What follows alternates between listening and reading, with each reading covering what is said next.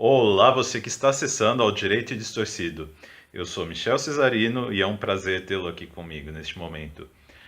Hoje eu gostaria de falar algumas coisas sobre ignorância, obscurantismo e a questão da arrogância. Veja bem, a ignorância é uma atitude na qual a não reflexão, a não disposição de dados ou o desinteresse da procura de dados ou do autoquestionamento leva ao obscurantismo. No obscurantismo, as pessoas ficam inseridas num campo em que não há visibilidade nem percepção adequada das informações ou do conhecimento dos outros ou de si mesmo, ou das teorias que são apregoadas como verdades ou verdadeiras. A consequência disso é que há uma condução a uma espécie de aceitabilidade de uma espécie de campo normativo ou de uma normatividade que é apregoada como a certa, como estabelecida, justamente pela ausência de outras informações e outras visões por conta do obscurantismo. Então, você vive num campo ou numa atitude obscura ou obscurantista por ignorância, por ausência de informações, por ignorar as informações necessárias a estabelecer uma melhor operacionalidade científica, racional e prática. A consequência é que você começa a pregoar elementos tidos como certos, como verdadeiros, então você cai na arrogância. Você se arroga como o professor, aquele que faz a profissão de fé de um elemento tido como realmente verdadeiro e inquestionável. Isso envolve a questão da doxa, da crença, de como isso se cola, fica relacionado a uma posição. Vejam bem que há uma relação desse aspecto com o elemento da lógica, da maneira como a racionalidade vem sendo construída ao longo dos milênios. Cabe lembrar novamente, já mencionei num vídeo anterior, que essa racionalidade ela vai sendo modificada pela tradição, pelo conhecimento que vai sendo desenvolvido, então ela não é necessariamente fixa.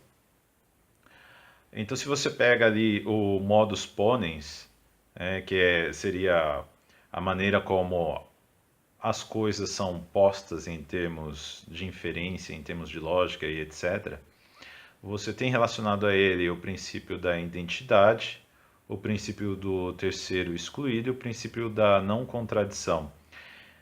Esses princípios eles acabam trabalhando numa relação de binaridade baseada em sim ou não, verdadeiro e falso. Acontece que, em termos filosóficos, em termos culturais, sociais e quaisquer outros mais que você venha a pensar, não há uma coerência tão clara e tão palpável. É perceptível uma série de gradações ali, do cinza ao branco, ao escuro, ao vermelho, ao azul, enfim, isso já se mostra na questão de escala de cores e sons, intensidades. Você viver na ilusão de que tudo é baseado num sim, num não e de que há uma lógica absoluta e certeira de que vai dar conta das situações de dúvida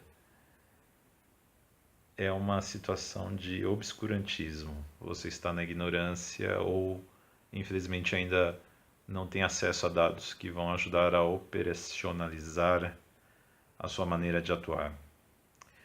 Como se rompe isso? Através da dúvida e da aceitação da dúvida. Duvidar já vai pô-lo no caminho que ajuda a começar a romper com a ignorância e com o obscurantismo. E o obscurantismo e a ignorância e a arrogância são instrumentos que são usados ou aceitos como benéficos numa ordem de dominação e controle social.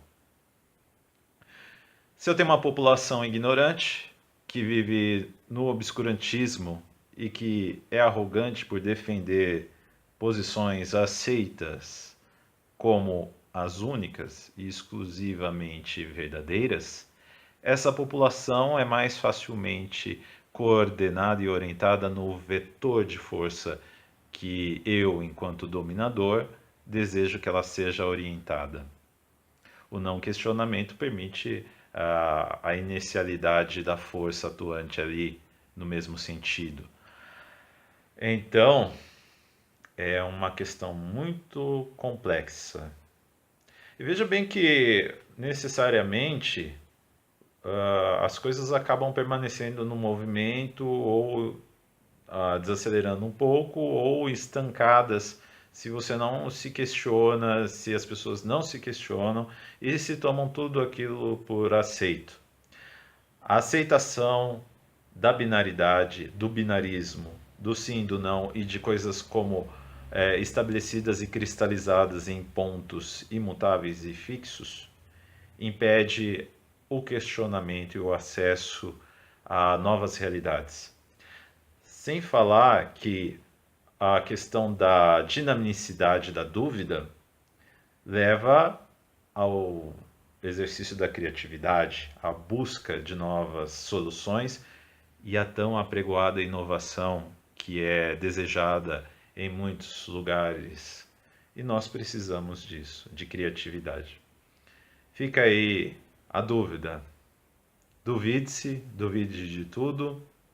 Você pode ser um pouquinho de cético ou muito cético, ou um cético fideísta, aquele que toma algumas verdades como aceitas, mas não deixe de duvidar, porque a dúvida vai ser o caminho que vai tirar da ignorância, do obscurantismo e da arrogância, especialmente da arrogância, porque quando você quebra a arrogância, isso permite que você aceite mais as pessoas e leva a amizade ao relacionamento mais aberto e espontâneo entre as pessoas, que é o que precisamos.